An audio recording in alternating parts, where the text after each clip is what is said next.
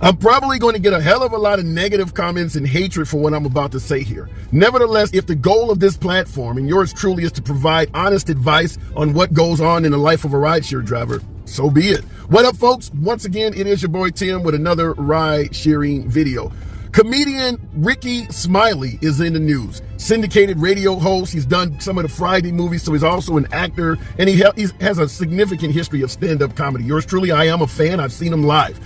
Ricky Smiley is in the news because he posted on social media what appeared to be an Uber vehicle refusing to serve him based on his own analysis, strictly because he was a black man. The driver was white. Now, we're going to talk about this. I believe this event took place in the state of Florida. I don't know which city. I tried to look it up. For any of you that may know what exact town it happened in, feel free to state it in the comments. But this well-known comedian, particularly in the black community, he's certainly has been around for quite a while, faced discrimination according to his own analysis. So you see my video is titled Discrimination, So What? And I'm going to tell you why.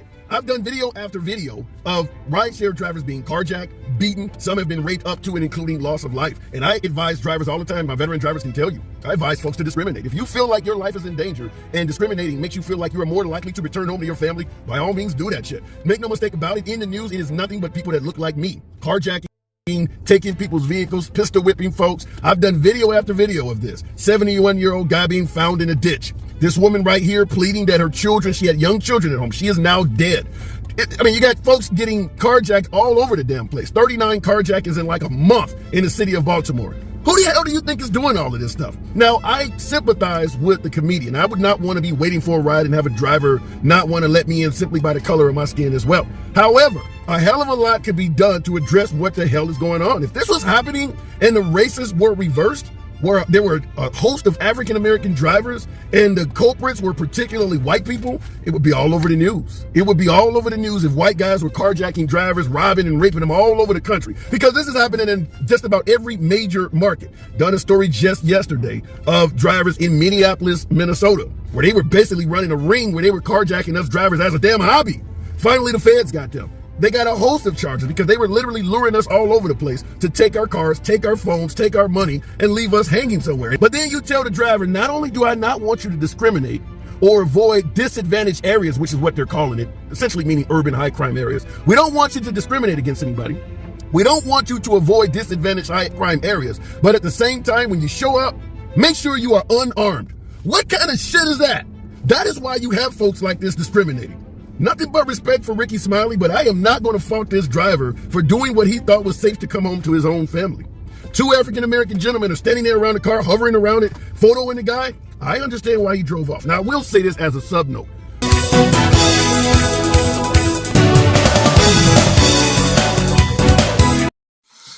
Not a YouTuber, just like making videos.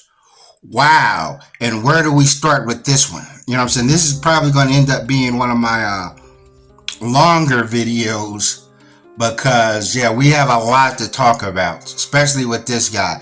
And I'm saying this now that this is probably going to be, this conversation here is, you know, very important for black people to have because it's going to affect us all. So I hope people could take their time out from watching them trashy celebrity videos to peep what I have to say here. Now, this is a response to a guy who goes by the name of the handsome liberal. Really, dude? The handsome liberal? I wouldn't even call myself handsome. We don't know if and he's also a liberal, which I don't know if he knows the difference between, you know, what a liberal is, what a conservative is, you know, and so forth. Now, I peeped, you know what I'm saying, I was actually subscribed to his channel for a while and peeped some of his videos, his political views. It's really kind of, he's sort of all over the place. You know, it's almost like his channel doesn't have a, I don't know what the theme of his channel is. I know that he's mainly popular for doing rideshare videos. Like he's constantly griping and moaning about the rideshare platform, how it's doing people dirty, how you're getting underpaid and so forth. And, you know, my thing is like this boo-hoo. Hence, you have to understand how the rideshare platform came into power. Yeah, it discombobulated the taxi industry by, you know, let's say, you know what I'm saying, not exactly ethic means.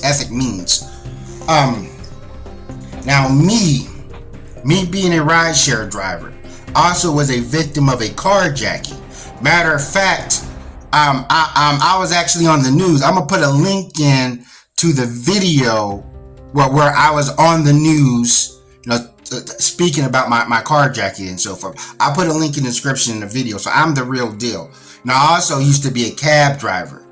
So therefore, we're about to go all the way into it, because this guy, he literally says that it's okay to discriminate, because you're an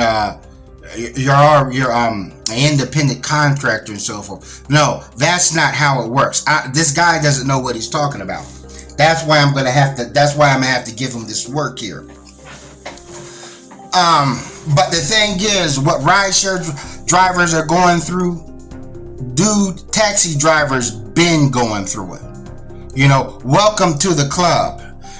When cab drivers was committing suicide and rideshare drivers jumped in and was all glee because thought they was gonna make this easy money driving people around, and cab drivers was complaining that they didn't have to even though cab drivers were independent contractors, we had to go through a lot of bureaucracy and red tape to be a cab. We're talking about the test, the PPT test.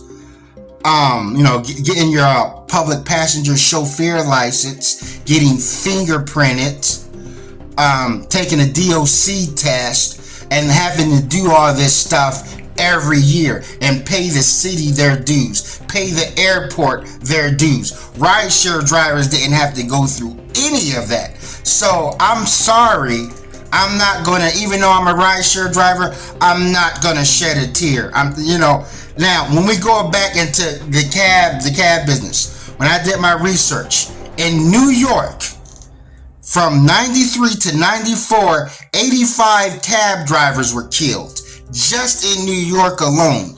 And 1981 in New York, Memorial Day weekend, 1981, 4 cab drivers was killed over the Memorial weekend. So hence, when you become a rideshare driver, what are you doing?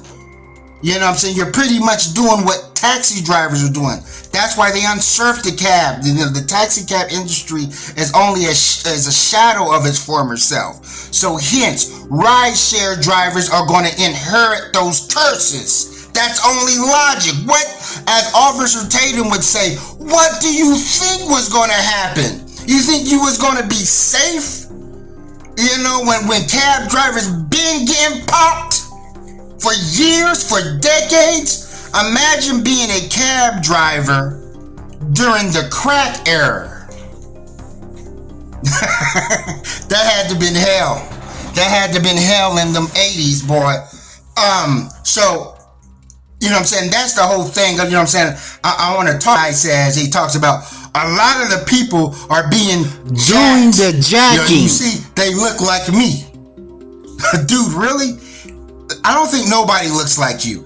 Now, let me break it down logically.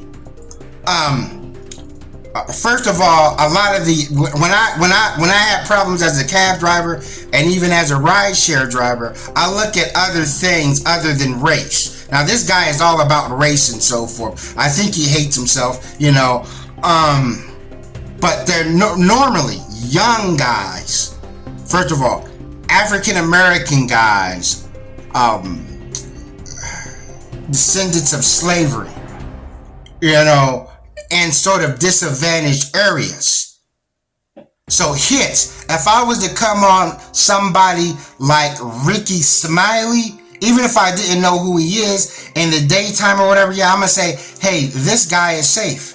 Even if I was to come across the handsome liberal, I would say, yeah, this guy's kind of funny looking, but I feel safe. He's a gentleman around my age, maybe a little younger, maybe a little older, has a bald head. I normally don't have problems with guys who look like, so I look beyond, I look at other things too. It's just, because you can't discriminate. You got to be smarter than that. I know that the rideshare platform, and I agree with Handsome Liberal, it doesn't do enough to tell the drivers that, hey, there's danger out there and so forth. Because the rideshare, let's say the rideshare platforms is crooked. Look what they did to the cab industry. So what do you expect? It's the gig economy. They're going to try to load as many drivers up as possible. So it's about a profit. The rideshare guy says that, Uber and Lyft, they don't care about you. They won't send flowers to you on your funeral. I agreed on that. But what company actually does care about their employees? If you worked at a factory somewhere and one of the guardians came off the machines and you got sliced in half, they're going to try any way not to give your family compensation. They're going to be like, well, he wasn't wearing his safety goggles. And I said, yeah, but the machine cut him in half because the guarding thing failed. And they're like, oh, well, it's still a policy. You got to wear safety glasses. You got to wear earplugs. And he wasn't wearing any of that. And plus, he was late last Wednesday coming to work. That's how companies are. They're all crooked. If you can legalize slavery, most of these companies will jump right on into it.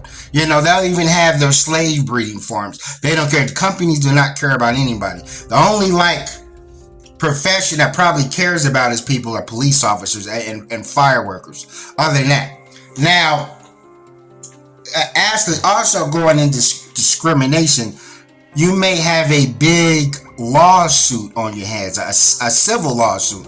Black people, because we're already losing affirmative action. Now he's saying rideshare drivers to discriminate. So therefore, we might have another civil rights movement. And just because you're an independent contractor, dude, don't mean that you can be out there being a wild card and doing what you want. As I said before, cab drivers were independent contractors. And cab drivers got a lot of shit for discriminating.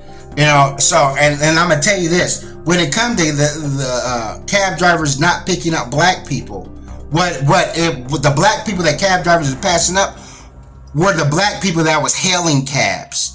That was, out there on the street. Because cab drivers do have the power to pick anybody up. That's why we had to go through all that red tape to become cab drivers. That was the main people giving cab drivers problems. White, black, Puerto Rican, or so forth. Just picking people up. People who ordered a cab and a cab came out to their house.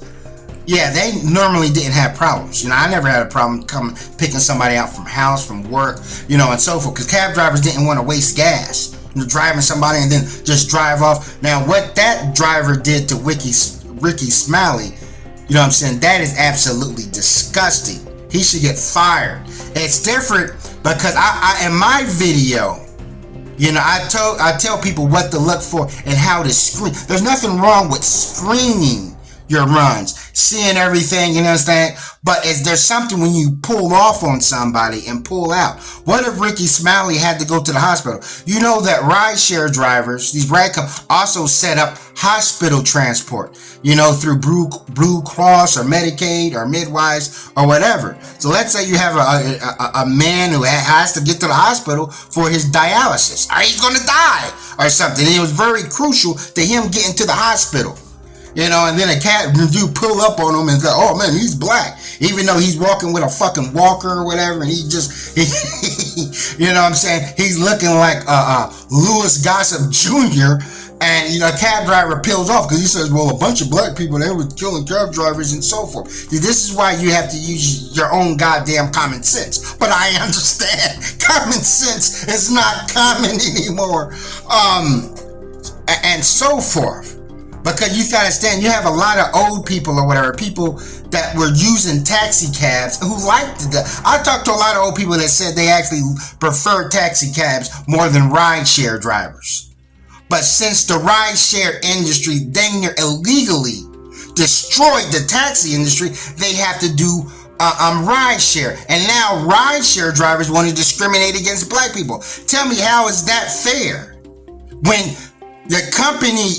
Uber and Lyft destroyed the taxi industry. See, the taxi industry was different since cab drivers didn't get a whole lot of rides like rideshare, and you become familiar with all your passengers. As a cab driver, I picked up a lot of people. I'm like, oh, hi, Miss Daisy. You going to work today? because we didn't get a whole lot of runs all over the place or whatever. So and then a lot of cab drivers gave out their own personal number. So therefore, you know, a lot of these people, they know that they got a secure ride. They're like, the cab company knows me. The dispatcher at the cab company knows me. I know a couple of cab drivers. I'm good. Now with that gone, you install the rideshare company. And you have a bunch of rideshare drivers that are ill-trained, really don't know what the hell that they're doing, because Uber and Lyft does not really train them. Remember, when I became a cab driver, I'm like, it took me a month to be a cab, to go through everything, to get my cab license, fingerprinted and all this other shit. They want to make sure they're not hiring Osama bin Laden. So and that's the whole thing. So now it's very problematic. Now the rideshare industry, one of their shining beacons, one of the things they were promoting to get people to leave the cab business and do rideshare was discrimination. They had these black actors on there talking about, yeah, the cab companies, they discriminated against me, you know, and all this other stuff and this and that, but rideshare is much better. So that was one of the things, that was an angle, because the rideshare industry did a whole lot of muckraking. They were just slinging dirt at the cab industry like a goddamn politician, you know? And I'm like, sometimes you reap what you sow. And me being a rideshare driver, you know, myself, so I'm talking from my own experience, and I've been a carjacked, and I've been a taxi driver. So I think I know what the hell I'm talking about. The liberal, the handsome liberal, he doesn't know. His whole video is going off emotions because he's contradicting himself. He says one thing, one talking point, a lot of handkerchief head Negroes do. They said, well, if it was white people doing this, it'll be all over the news. But since there's black people, dude, the guy gets his stories from the news. So he says if there was white people carjacked doing this to black rideshare drivers, it'll be all over the news. You wouldn't hear about it. But because, you know, he probably feels that white people are being discriminated against and black people have all this power. So hence, he gets all his stories from the news. He himself has not been carjacked. You know, I have.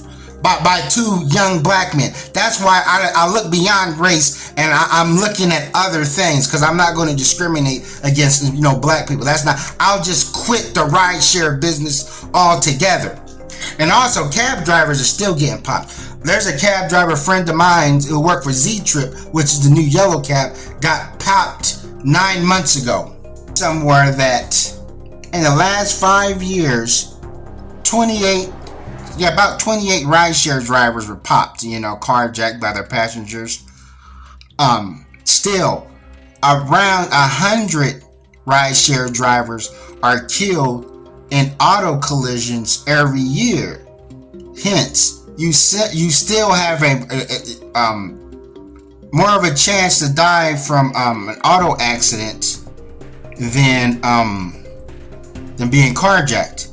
And he spoke about, you know what I'm saying, them passengers being killed. You know, we heard like 2 incidents where a person gets into a car and they're shooting at the passenger, and it still is going to ruin the driver's day. Sometimes the drivers got shot. We had an incident here in my city where a guy was picking up a dude, and the female was blasting at the car. And the guy didn't get hit. The Uber driver did.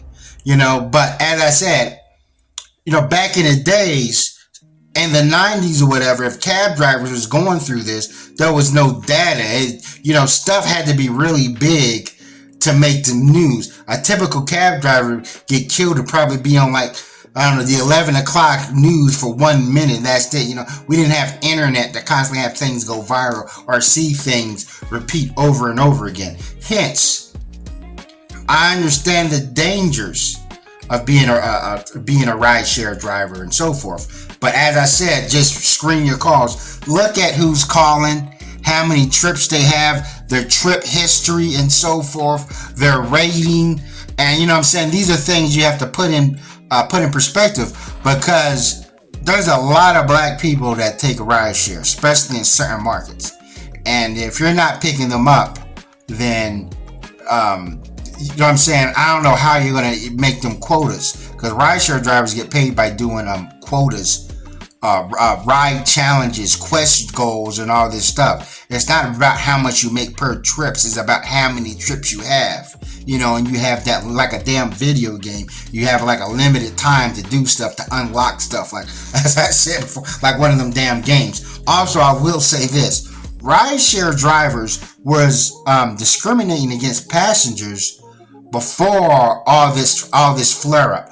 Before people knew about carjackings and so forth, people was getting shot up in the backseat of rideshare drivers' cars.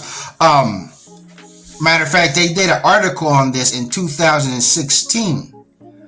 People with black sounding names living in certain areas simply had to wait longer, you know, than white people. And also, here's something that that happened to me. Well, it didn't happen to me. One time back when I was a cab driver, and this was probably around 2016. I was picking up these two black fellas. Black fellas. Yeah, that's terrible. But you know, it's two black dudes, my brothers, from a gas station, and they was telling me that they called a rideshare driver, and the rideshare driver pulled up and skirted off. This was around 2016, and at that time I wasn't really too familiar about how rideshare works. I said, well, don't you pay in advance? So they can't do that to you. And then they said, oh, they can cancel it, you know, we won't get charged for it. He said he pulled up on us, saw two black guys, they say, and then drove off. Now, this was before all this stuff, man. This was around 2016. And I was like, huh. You know, because as a cab driver, I wasn't scared picking up nobody. I was crazy like that. You know, I like to live on the danger side. Even though I had problems, you know, and as a cab driver, I dealt with a lot, especially with white people. I remember, because as a cab driver, you're just a target. Even if you're sitting at a gas station, your cab is there, it's just going to attract attention. I remember I had these two white boys, and they had no shirt on. They wanted a cab. And I said, man, I'm not picking you. Don't have no shirt on, man. I can't do that. You know, they start to call me racial epithets and was trying to jump me. I kid you not. And, you know what I'm saying? Luckily, some people intervened in it and they went off. You know, so some people saw what was going on who had my back. I remember I had a white guy that threatened to cut my throat if I didn't drive fast. I'm like, crazy stuff, you know. And what the handsome liberal do, he's gonna reinforce white privilege, even though he has a video, sort of a short video, sort of, because I watched his videos, sort of trying to debunk white privilege. But hence, if you say, well, black people are doing this and so forth, because, you know what I'm saying, this is the data we have. You know, and it's not white passengers, but white people are still going to give you all kind of problems. And now white people are really going to sit on a fucking high horse, because they're like, well, you know, what are you going to do? Pick up black people and so forth? So hence, you still don't want to say that, because it's always going to brush white people's egos. But hence, this is the same guy who defended Scott Adams. That's the thing. Black people somehow get this delusion that if they call out ill black behavior, or, you know, talk about, you know, the criminality of black people, you know, it makes them smarter. I don't know what universe it is. As I said before in my video, ragging against black people are like the easiest people to get on and rag on. You're not exactly breaking down the Einstein-Rosenbridge theory. You know, you're not exactly explaining Zachariah Stinch's book, When Time Began. You know, check my video archives, though, man. I see right through the smoke screen and so forth. But yeah, rideshare drivers been discriminated before all this. It's just like the situation with black people. When black people was brought to this country, we were taught that we was looked at as cattle, as inferior, and so forth, and getting killed for looking at one, and all this other stuff. So when black people started, wilding out or whatever, now people are like, oh, well, the reason why I don't like blacks because they tear up their cities and they sell dope and all this other stuff. But what was their reason of hanging black people in the 1920s? But that's all I want to say. Thanks for watching and never stop learning.